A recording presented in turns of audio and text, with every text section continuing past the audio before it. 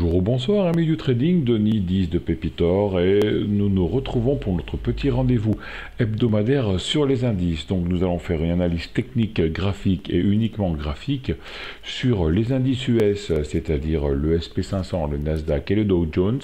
Et nous finirons en Europe pour le DAX et le CAC. On va voir un peu ce qui se passe cet été, normalement c'est calme. Bon, on verra à la fin de cette petite revue, une petite conclusion, savoir comment risque de finir l'été. Voilà, donc on commence tout de suite avec le SP500 sans perdre de temps. Donc le creux du Covid, le bull run qui s'en est suivi en 2021, la conso du bull run sur la M200 en 2022.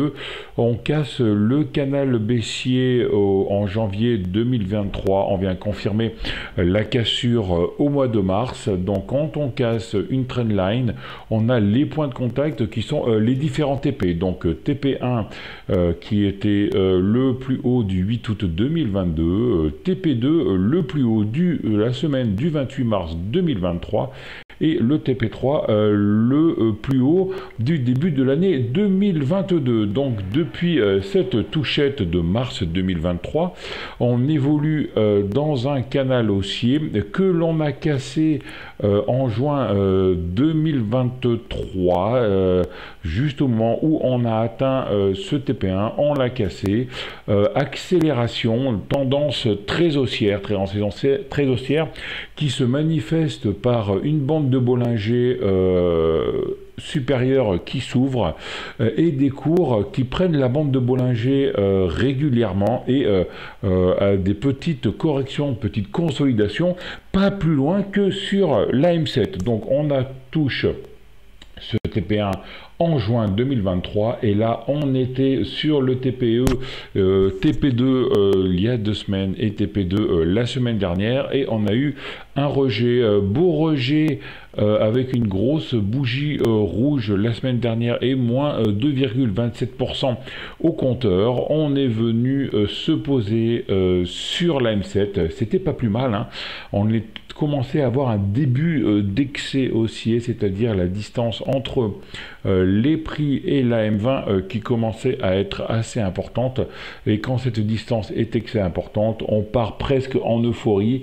C'est une figure qui peut durer très longtemps, mais normalement on revient toujours avec une consolidation pour que cette distance entre les prix et la M20 diminue. C'est ce qui s'est passé la semaine dernière. Voilà, on a une bougie rouge qui permet à la M20 de rejoindre ce bas de bougie rouge, la M7 qui devient horizontale, la bande de Bollinger supérieure qui commence à se cabrer, donc on va peut-être rentrer bientôt en phase 3 de bande de Bollinger, c'est-à-dire la bande de Bollinger supérieure et la bande de Bollinger inférieure qui vont commencer à converger.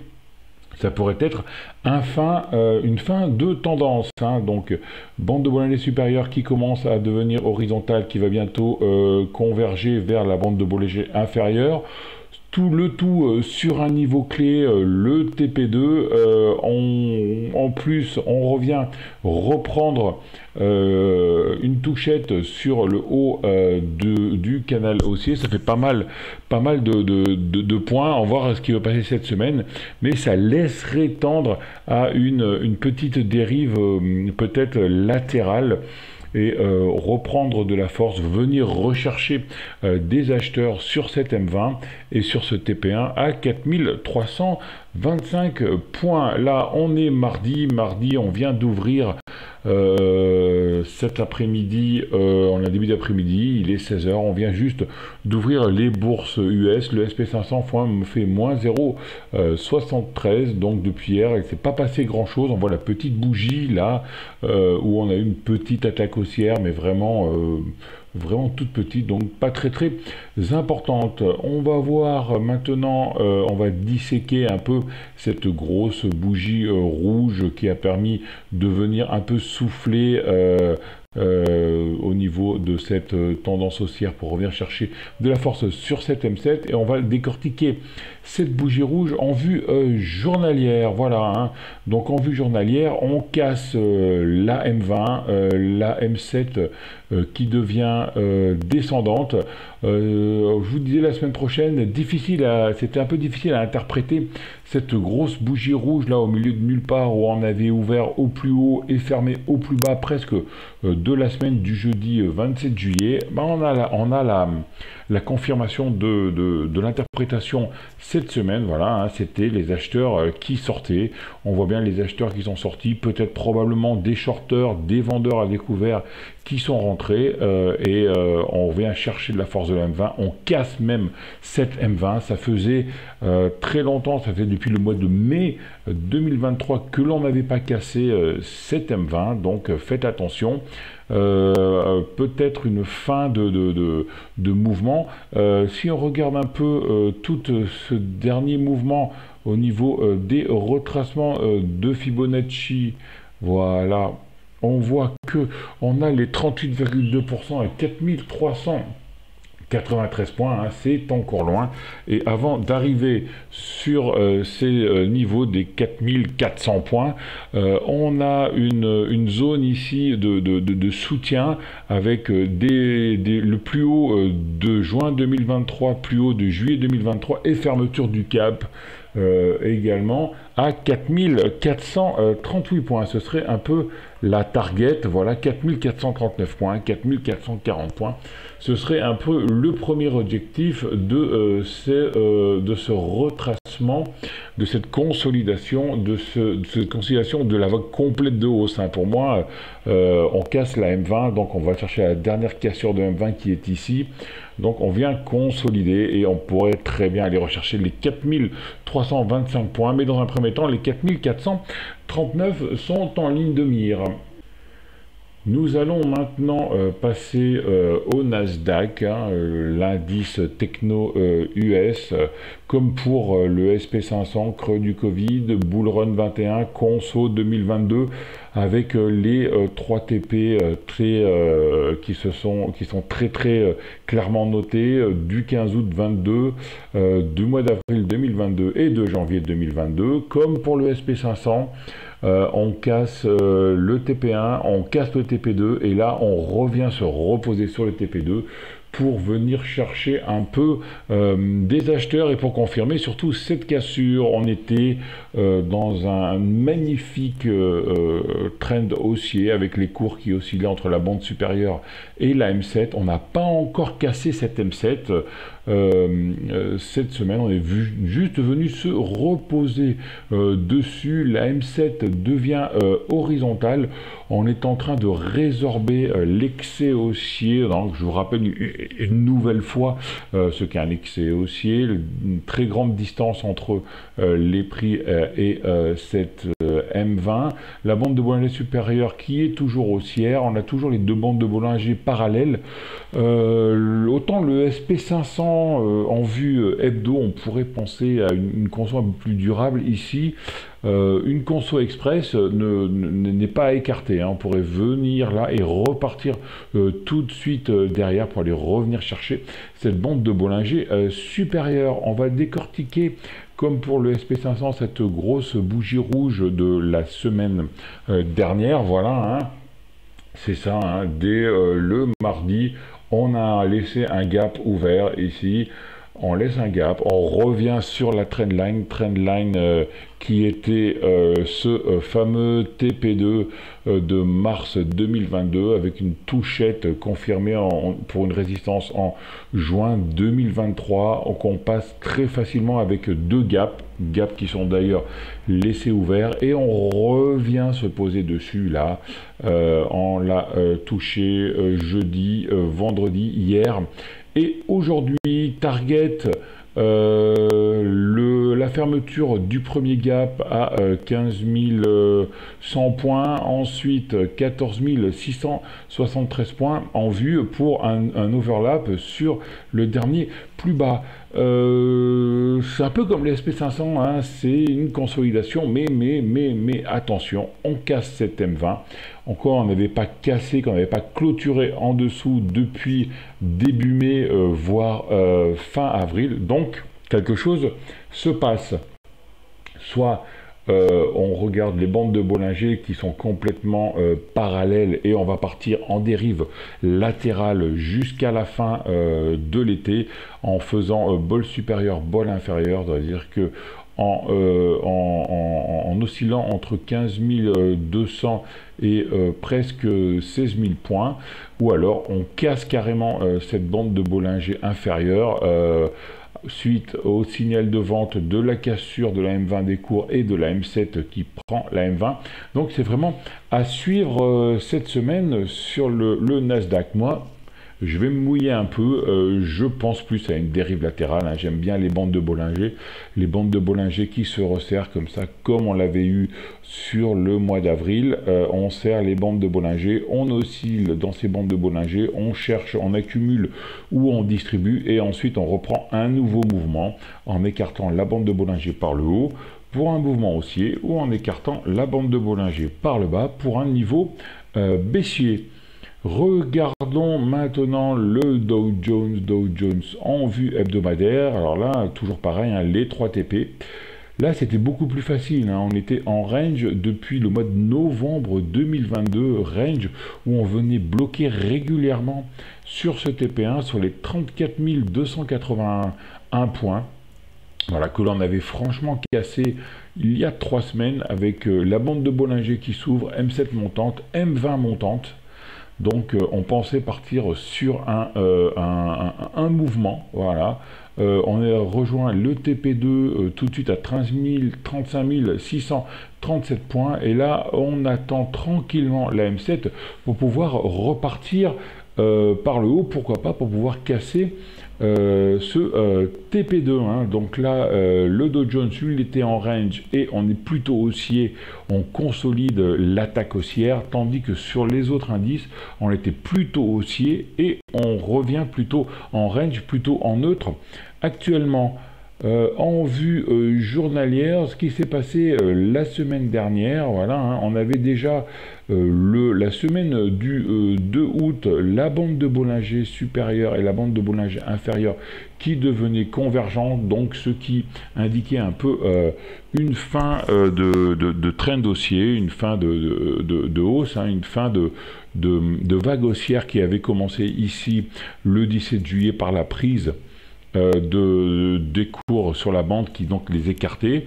On revient phase 2, la bande de Bollinger opposée au mouvement qui devient parallèle à la bande de Bollinger du mouvement, et phase 3, la bande du Bollinger du mouvement qui devient convergente avec la bande de Bollinger opposée. Et là on voit, la semaine dernière on est venu se reposer tranquillement sur la M20 pour rechercher des acheteurs. Attaque haussière hier, repetite conso aujourd'hui de moins 1% après plus 1,16% hier. À suivre ce qui pourrait se passer. Si jamais on repart, c'est une ou deux journées de hausse, c'est une figure que j'affectionne particulièrement, maintenant que vous commencez un peu à me connaître, c'est le non-croisement haussier, c'est-à-dire la M7 qui vient vers la M20 et qui repart par le haut. Ça, c'est possible, c'est une figure qui serait en construction actuellement, mais pour l'instant qui n'a pas encore lieu. Donc on ne trade que ce qu'on voit. Pour l'instant on trade une conso sur la M20 et on fait attention à un possible départ. Si on passe les 35 492 points, 12 points, ça pourrait partir par le haut, non croisement haussier, on ferait plus haut que le plus haut d'avant, donc plus haut que le 35 671 points pour aller rechercher la bande de Bollinger supérieure à presque 36 000 points. Un trade intéressant, mais avec un ratio gain-risque peut-être pas si intéressant que cela. Voilà pour les US. On revient maintenant en Europe avec le DAX. Le DAX en vue journalière, en vue hebdomadaire, rien à dire, hein. On est sur le TP3, sur les all-time high depuis le mois de mai, et bande de Bollinger qui se resserre. On va rentrer bientôt dans un tube, dérive latérale. On va faire aller-retour entre les deux bandes de Bollinger, et M7, M20 horizontale. Donc vraiment neutre, le DAX lui est neutre. Décortiquons maintenant cette grosse bougie rouge de la semaine dernière. Voilà, on identifie donc bien le range que l'on parlait en vue hebdomadaire, range que l'on a commencé au mois d'avril, entre 15 706 points et 16 285 points, avec des excès haussiers au-dessus et des excès haussiers au-dessous, et là on est venu se reposer sur le bas du range. Aujourd'hui on a fait une touchette pour repartir un peu par le haut, rien de bien folichon sur le DAX, on est toujours neutre. On attend toujours l'écartement de la bolle supérieure, une possible attaque comme on avait eu lieu fin juillet, pour voir si on arrivait à aller plus haut, ou plus bas si on arrivait à casser les 15 466 points. Mais pour l'instant, on est encore neutre sur le DAX, c'est pas bien folichon, hein, depuis le mois d'avril, rien à faire, rien à dire entre guillemets, sauf dans un range bien évidemment, vendre en haut et acheter en bas. On remarquera la semaine dernière les deux gaps ouverts que l'on surveillera pour les semaines à venir, un gap à 16 000 points et un gap à 16 217 points. On finit avec l'indice national, le CAC 40. On avait fait un all-time high très tôt dans l'année, au mois de février 2023. On est venu reprendre de la force, et là, depuis le mois d'avril, on oscille autour de cette trendline de 7400 points. Mais c'est quand même très actif, hein. On a des grosses bougies toutes les semaines, bougie verte, bougie rouge, bougie verte, bougie rouge, ce qui fait qu'à l'arrivée tout s'annule, mais ce qui fait que la volatilité est aussi importante. Les volatilités sont importantes car la volatilité intraday est importante, car les bougies ont un corps assez grand, mais la volatilité hebdo n'est pas importante, car les bandes de Bollinger sont horizontales, et une bougie annule la bougie précédente, hein. Là, par exemple, la bougie de la semaine du 10 juillet annule la bougie de la semaine du 3 juillet, qui annule la bougie de la semaine du 26 juin, et etc. Voilà, donc M7 horizontale, M20 horizontale, bande de Bollinger parallèle, donc dérive latérale. On est à plat sur le CAC depuis le mois d'avril, je dirais même depuis le mois de février. En vue journalière, on confirme donc ce range 7100, 7577, voire même le range un peu plus petit 7004, 7100, bande de Bollinger qui se resserre, M20 horizontale, M7 qui coupe la M20, mais bon, on l'a déjà fait une fois au mois de juin, une autre fois fin juin, une autre fois le 7 juillet, une autre fois le 17 juillet, et on voit qu'à chaque fois on oscille, la M7 oscille autour de cette M20, et là il n'y aurait pas de raison pour que les choses se passent autrement. Donc le CAC est vraiment horizontal, est vraiment neutre en vue journalière, donc ça promet une fin d'été assez morose, assez plate à suivre, hein, bien que on ne sait jamais, tout peut arriver, mais tant qu'on n'a pas de catalyseur au niveau macro ou de catalyseur au niveau géopolitique, les indices sont flats, les indices sont plats en Europe. Allez, on va finir un peu avec le Bitcoin. Moi, ça fait longtemps que j'attends la cassure franche des 31 000 points, rien à faire, hein. On était à 31 000 points au mois d'avril, on a une petite tendance baissière, on est revenu chercher ces 31 000 points fin juin et même au 15 juillet, et depuis, on oscille sous la M20, hein. On n'arrive pas à clôturer au-dessus de cette M20, donc ça pourrait être intéressant de surveiller une clôture au-dessus de la M20, on viendrait prendre la bolle à 30 000 $ et on passerait les 31 000 $. Ça pourrait être intéressant, ça pourrait être encore un nouvel essai, on verra ce qui peut se passer. Et si on regarde en vue hebdomadaire, on voit que la cassure des 31 000 libère le niveau supérieur ici vers les 42 000 points. Voilà, amis du trading, c'était Denis 10 de Pépitor. Donc rien de bien spécial sur les indices. On est toujours haussier aux US, mais en pleine consolidation, et on va peut-être devenir neutre. Et en Europe, on est toujours neutre, toujours en dérive latérale, toujours neutre depuis 2 mois. Voilà, bonne fin de vacances à tous si vous êtes en vacances. Soyez prudents et comme d'habitude, si vous avez aimé, mettez un pouce bleu, abonnez-vous à la chaîne. On se retrouve la semaine prochaine et soyez prudents. Ciao à tous.